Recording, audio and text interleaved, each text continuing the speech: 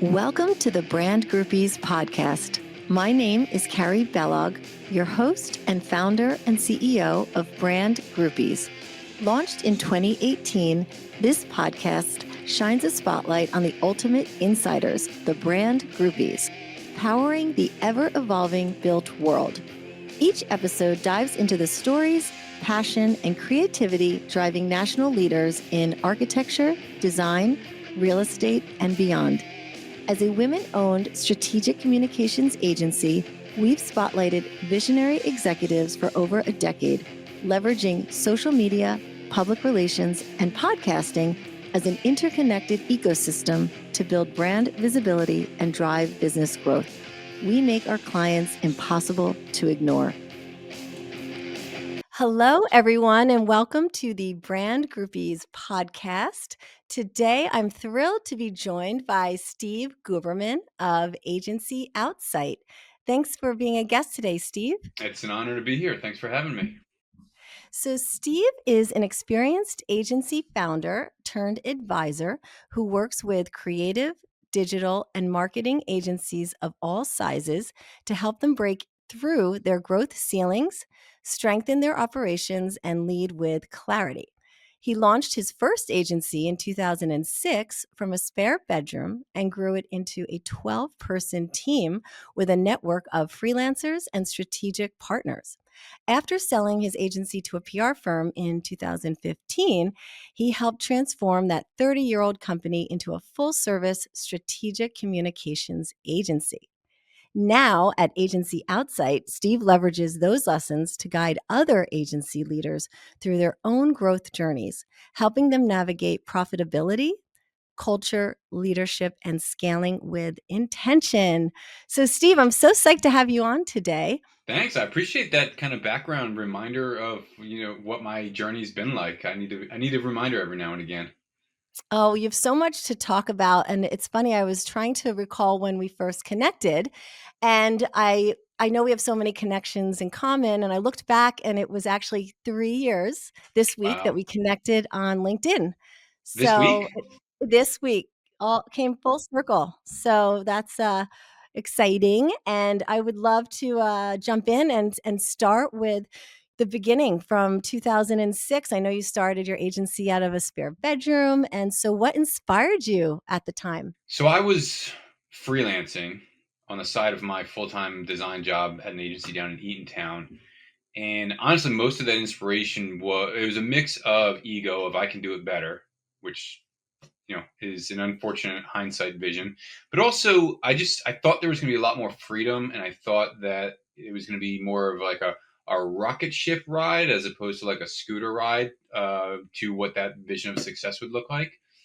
So I was freelancing, and we were living down in Ocean County, and we had 2 infants, and um, I had a conversation with my wife at the time of let's move to North Jersey where all of our family is because nobody would come visit us down in Ocean County. Between like May and October, nobody wants to fight the traffic on the Garden State Parkway. So I was like, yeah, let's do it. I can launch my agency. The at the time, like the going freelance rate in Ocean County was like half what the going freelance rate in the New York metropolitan area was. And literally after we had that conversation, one of my clients, who was at the time like a PR marketing agency, called me and was like, we want to put you on retainer. And that was the answer to all the questions I had of how am I going to do it? How am I going to support a family? We're buying a new house. We're going somewhere we don't know. And it just kind of took off from there. Wow, that's awesome. So then you grew it into a full-time team and a network of partners. What were some of the biggest challenges during that growth phase, and how did you learn to navigate them? Man, honestly, some of the biggest challenges were things they weren't even on my radar. I was like most agency owners, I was an accidental agency owner. It was not what I intended to do when I grew up. I didn't have a clear vision of what I was going to do, but owning an agency wasn't on the radar. And most of us don't go to school. How do you run an agency? Like maybe there's some business classes, but I was an art major, like design. That was all I knew. And I had an amazing internship that taught me about some of the like inner workings of an agency. Uh, and I learned a lot at some of my other jobs, like the agency in Eatontown. But probably the biggest thing I didn't think was going to happen was I was going to need to be less of a designer, more of a people manager and a process manager.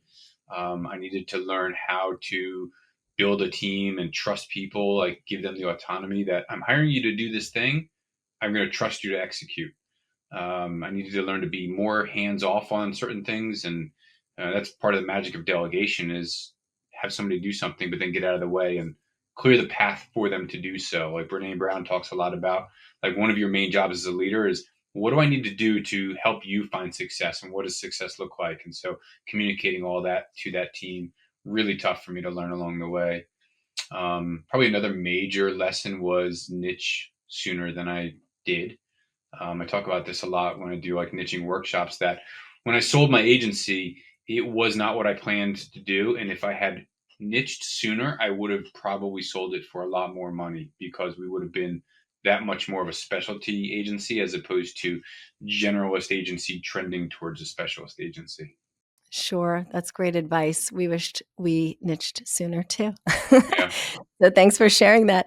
Fast forward to 2015, you sold your agency to a PR firm and joined them to help expand into a full service strategic communications agency. And, what did you learn from integrating those two worlds?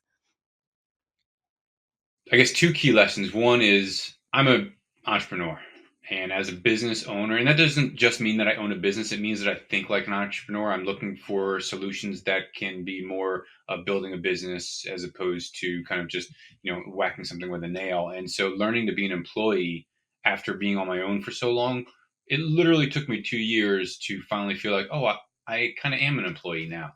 Um, Reminding myself regularly that's my name's not on the door. I'm not responsible for payroll. Sure, I'll jump in wherever I can and I'll do whatever I can to help the mission, be successful. But I'm not the owner anymore, and so that was like a really tough lesson for me. The other one was we were merging two completely different cultures, both from a service set and a mindset. And so when I joined the PR firm, we rebranded and relaunched as Full Service Communications Agency, um, thinking that all the PR clients were going to want our creative services and all the creative clients were going to want our PR services. And the former was much easier to do. The latter was not. And it's a mindset thing that when I had sold creative services to my clients that I was bringing over, thinking that we're going to now sell them on, $10,000, $15,000 a month PR retainers, it was not an easy thing to do. So again, it's kind of when you're bringing in client and selling services, thinking what are we selling to them and how are we finding success for them? Marrying the two was really a hard thing to accomplish. Wow. And how did you integrate the two cultures, by the way? So it was for me. It was tough. I was then empowered to build out a creative and digital team, and so I brought people on that were of like a creative mindset, and PR folks are of a somewhat of a different culture and mindset. And the founders were, the two partners were very on board of like we want this new vibe to be kind of a younger, more energetic, creative essence. But it was, so we had buy-in from the owners, which was great. So it was kind of the three of us plus another senior leader, the four of us kind of bringing this culture together and defining this new culture and this new regime of what is this new strategic communications firm all about. And so we went through a lot of like mission, vision, value, and kind of re when we say we relaunched it, we were literally a brand new agency. Yeah, but having the buy-in from the top is essential. Sure. No, for sure.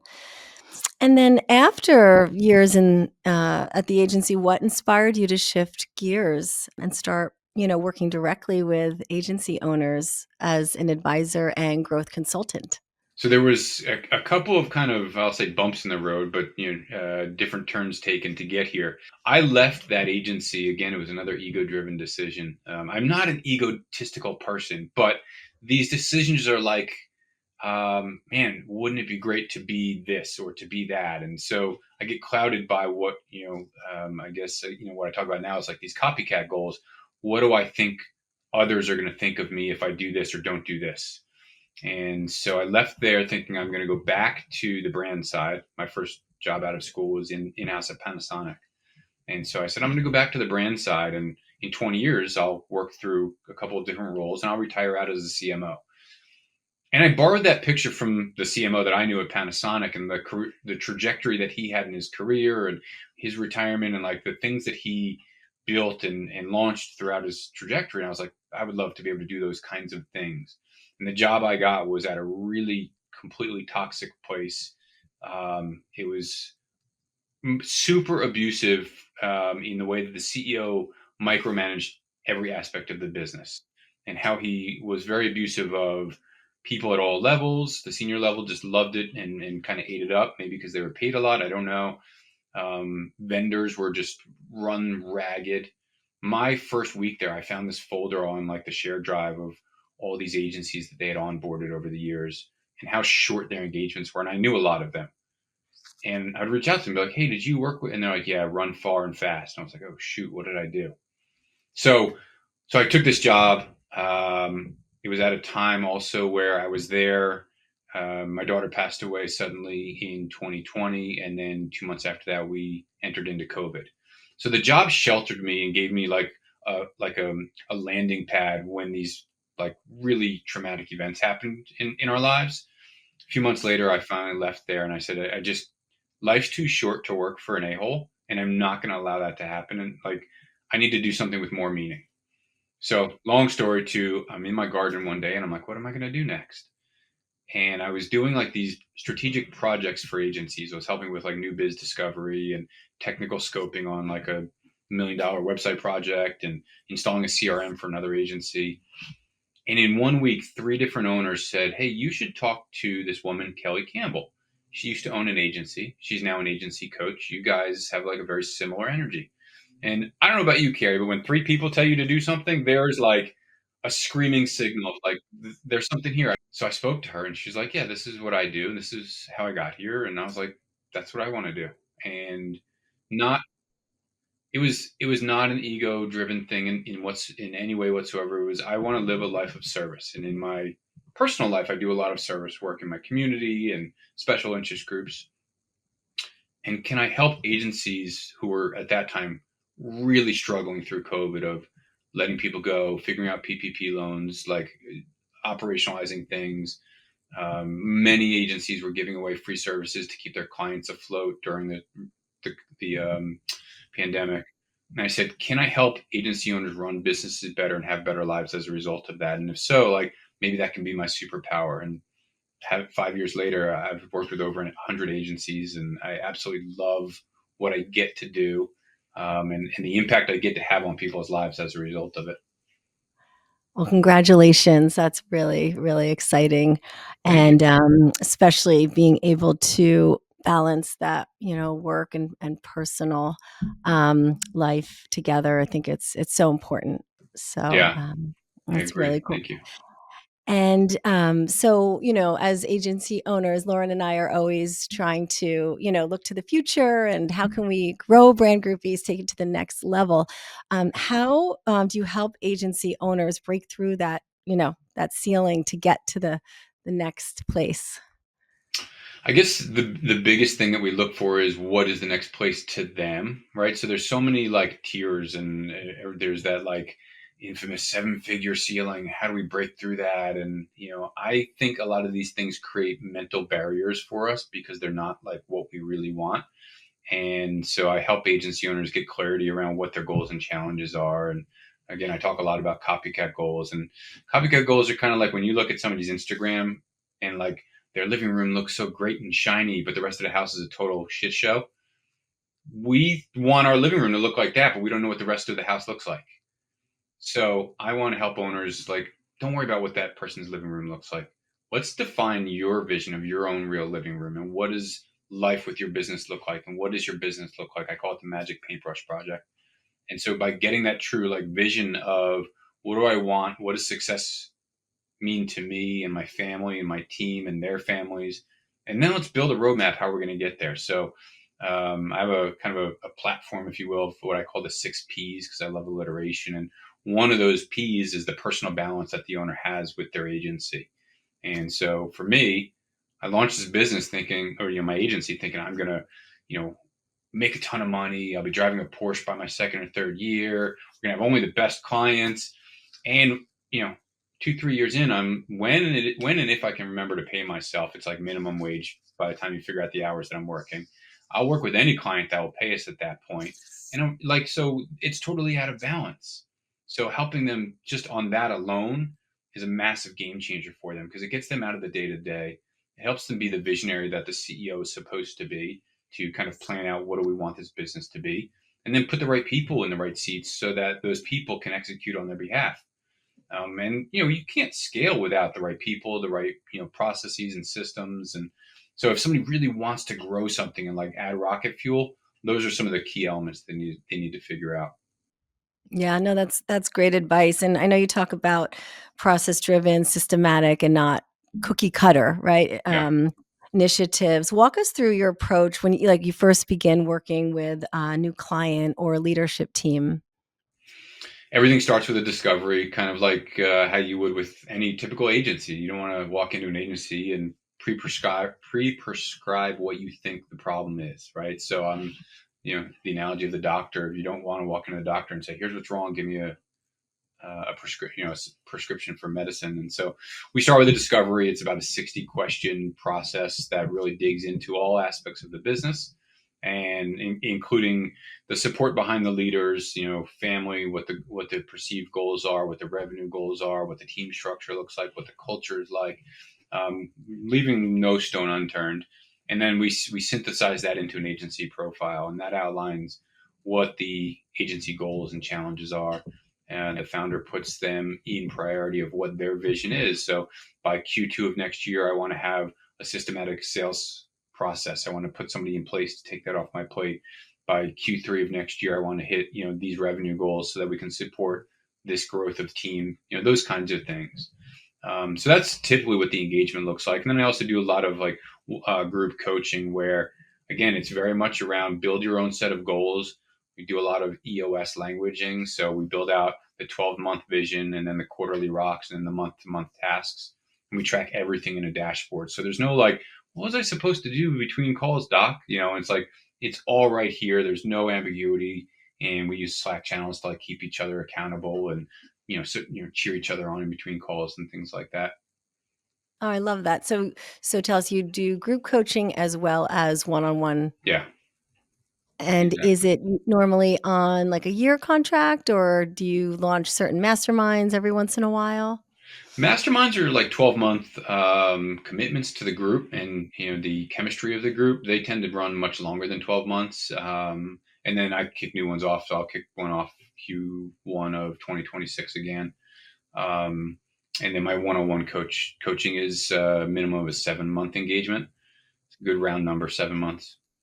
Love that. Oh, thanks Yeah. for sharing. Thanks for asking. And so as you know, the creative and digital agency world has changed so much since 2006.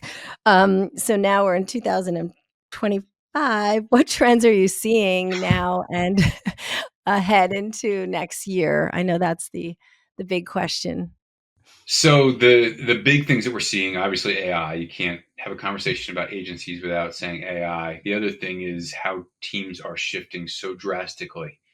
And this is the most extreme I've ever seen. I just onboarded a new agency. They're a six wanting, growing into $10 million agency, very tightly niched. They have 2 full-time employees. Everybody else is contract based. That's the extreme side of the envelope. We had 12 in house and another 20 contractors. So if you think that's, I don't know, 2/3, like the math of it was way different now. And so many teams are flexing muscle of like everybody's remote. We're doing a lot of offshore people. There are very few, less than a third agencies that I know of that are keeping everybody in house. And by in house, I also still mean kind of remote, but like W-2 employee stateside. It's typically a mix of a much higher concentration of freelancers, and so many are using a lot of offshore talent. I have no issue with that. The talent is brilliant. The super smart people everywhere in the world. Can you get them at a song because U.S. rates are super high? So Argentina, Brazil, Philippines, etc. So those are the biggest trends, is like the staffing structure and how we're using these new tools to execute. That's still, I think, a lot to be, the AI side of things, a lot to be defined. But I will say that, like, agencies that are not leaning into it, that are like, no, we're going to be okay, they are running with blinders on, and there is a cliff coming at them at a million miles an hour. And I would be hard pressed to think they'll be in business in another 18 months or so. Mm. All right. Thanks for sharing that. Yeah. It's really, really important as we look ahead. So, what advice would you give to an agency leader who's currently stuck, maybe plateauing, unsure of how to move forward, but still passionate about their business? Great question. So, I mean, obviously, shameless self promotion, book a quick discovery call. Like, just spend a half an hour with myself or somebody like me who can help take like a fully objective view at your business and think like what it is that we can do for like low hanging fruit to move the needle. Sometimes all it takes is like getting one thing out of the way, and that wheel starts spinning again. Um, for me, honestly, when I had my agency, like in that 10th year, we lost our biggest seven figure agency of record client. I had to lay people off, and my divorce got finalized all within like literally the same week. And it took the wind out of my sails, and I had a really tough time closing business. I do believe that if I had spent some more time with somebody like myself, somebody from the outside who can have a different perspective and help really try and motivate me to move one thing, things might have been completely different. And reality is, everything worked out awesome. I'm super grateful for the exit, for the opportunity, for the next steps, and for where I am now.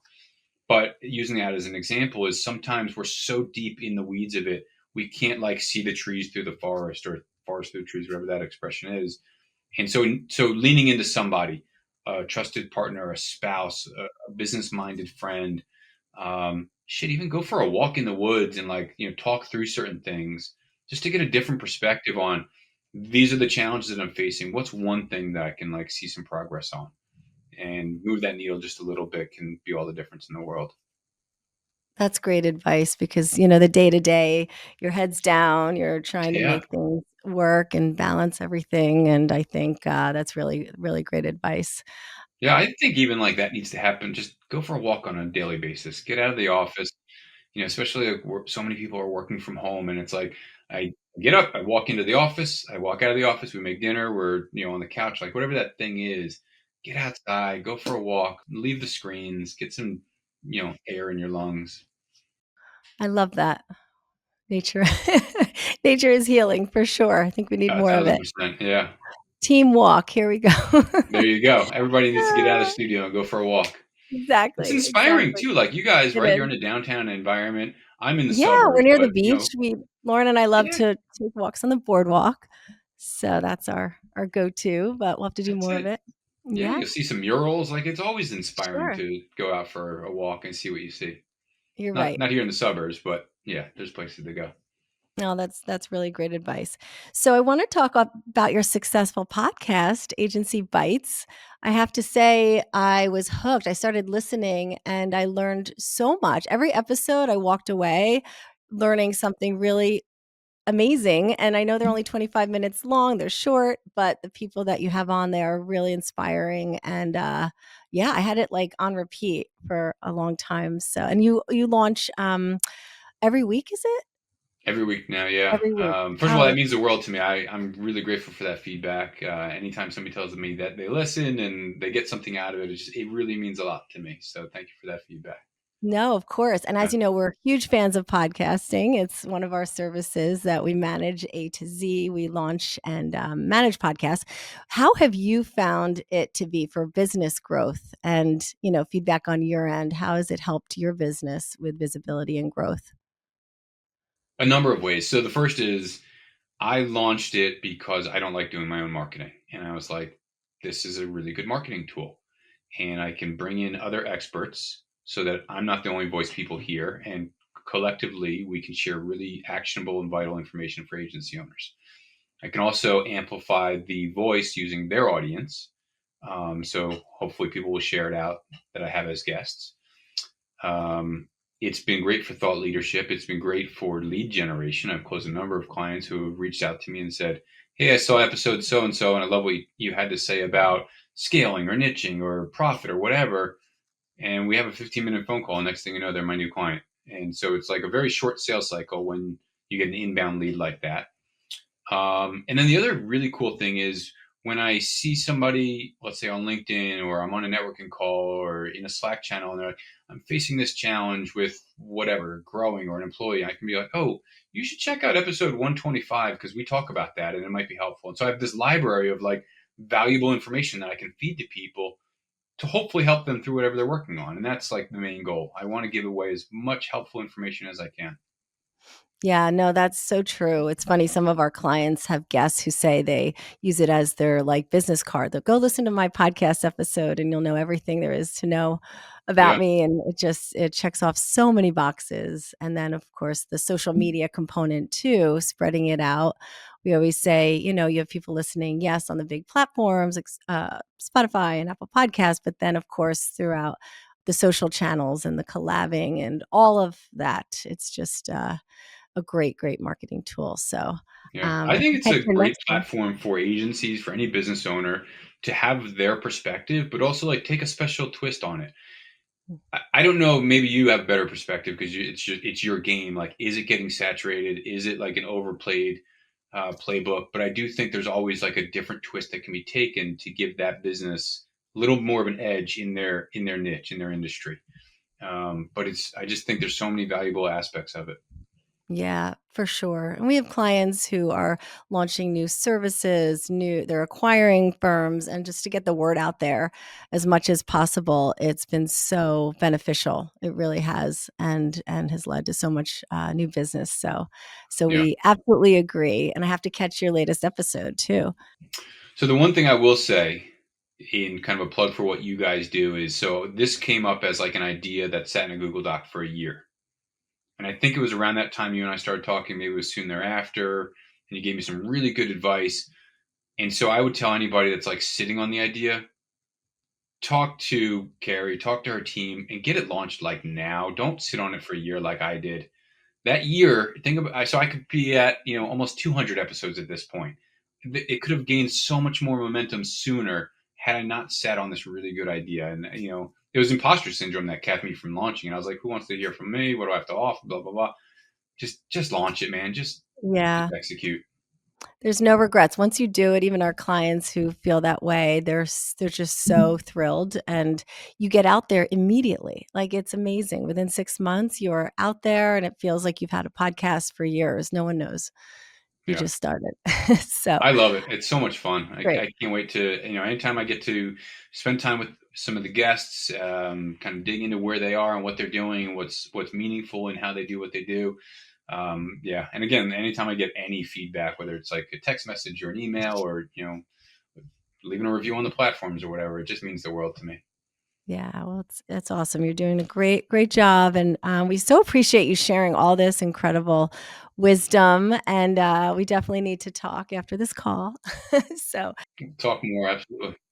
thank you, Steve. Is there anything else you'd like to add about your business or personal initiatives that you want our listeners to know? I just feel like, I mean, I appreciate the opportunity to spend time with you and to kind of talk about it. I think that we're in a really challenging time for agencies.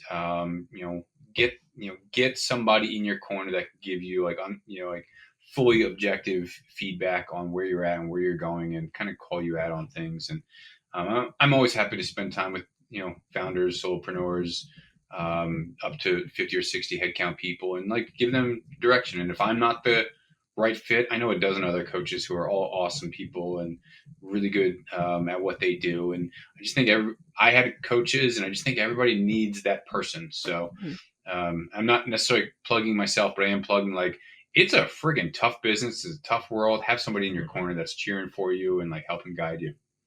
Oh, thank you so much, Steve. And where can people find you on social? What are your handles? It's Agency Outsight, and on LinkedIn, it's Agency Coach. Fantastic. Well, I can't thank you enough for being a guest, and the whole Brand Groupies team appreciates it. And we definitely hope to see you and connect again soon. Thanks, Carrie. Thanks, Brand Groupies. Appreciate you all. Thanks.